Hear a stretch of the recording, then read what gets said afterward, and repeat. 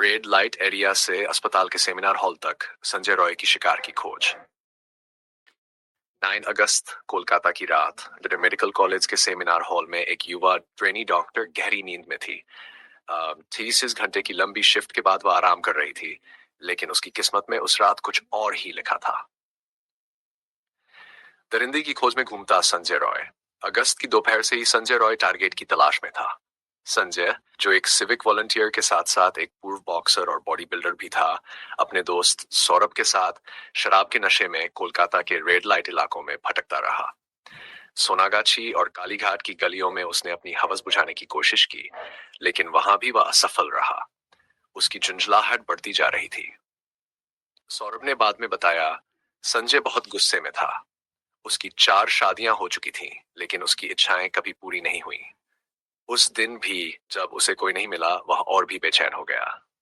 अस्पताल में खुलेआम घूमता संजय, टारगेट की तलाश में। अपने अधूरे मंसूबों के साथ संजय आरजी कर मेडिकल कॉलेज पहुंचा। उसका वहां तक हर जगह पहुंच थी। ऑपरेशन थिएटर से लेकर सेमिनार हॉल तक उसने अपने टारगेट की खोज जारी रखी।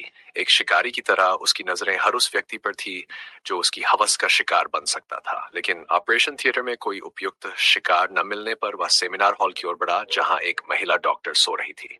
गला दबाकर बेहोश किया, फिर की दरिंदगी। संजय ने अपने पूर्व अनुभव और ताकत का इस्तेमाल किया। उसने डॉक्टर के गले को ठीक उसी जगह दबाया जहां से कोई व्यक्ति तुरंत बेहोश हो सकता था। डॉक्टर ने बचने की पूरी कोशिश की, लेकिन संजय की ताकत और उसका पूर्व बॉक्सिंग का अनुभव उसके खिलाफ था। डॉक्टर बेहोश हो गई और संजय ने उसके साथ बलात्कार किया।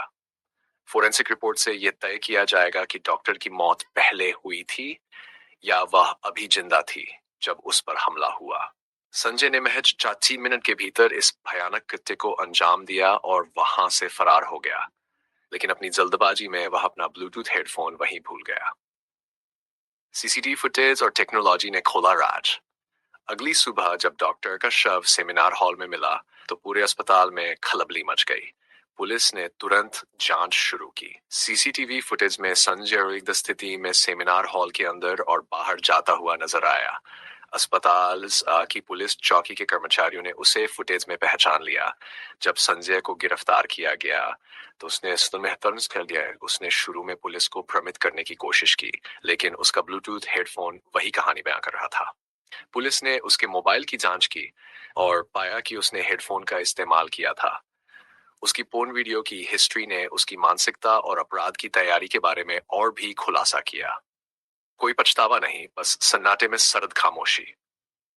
संजय ने पुलिस के सामने अपराध स्वीकार किया, लेकिन उसके चेहरे पर कोई पछतावा नहीं था। उसके मन में कोई डर नहीं था, सिर्फ एक ठंडा सन्नाटा था जो उसकी दरिंदगी की कहानी खुद कह रहा था। पुलिस ने बताया कि संजय के चेहरे पर शिकन तक नहीं थी, जैसे उसने कुछ गलत किया ही नहीं। अब सीबीआई गैंगरेप और साजिश के एंगल से इस मामले की जांच कर रही है। ये डीएनए और फोरेंसिक रिपोर्ट्स की मदद से यह पता लगाया जाएगा क्या संजय अकेला ही दोषी है या उसके साथ और भी अपराधी शामिल थे। कोलकाता की इस घटना ने समाज के सामने कई सवाल खड़े कर दिए हैं। क्या इस घिनौने अपराध के पीछे सिर्फ संजय था या उसके साथ और भी लोग शामिल थे? क्या हमारी सुरक्षा व्यवस्था इतनी कमजोर है कि कोई भी व्यक्ति खुलेआम ऐसी दरिंदगी कर सके? इस केस का परिणाम एक महत्वपूर्ण संदेश देगा। यह सिर्फ एक व्यक्ति की कहानी नहीं है, बल्कि पूरे समाज की सुरक्षा और न्याय की परिभाषा को चुनौती देता है। क्या उस डॉक्टर को इंसाफ मिलेगा? क्या हम एक ऐसी दुनिया बना पाएंगे जहां ऐसी घटनाएं दोबारा न हो? यह कहानी यहीं खत्म नहीं होती। ये कहानी अभी जारी है और हम सब इसके इंतजार कर रहे हैं जब न्याय होगा और दरिंदों को सजा मिलेगी।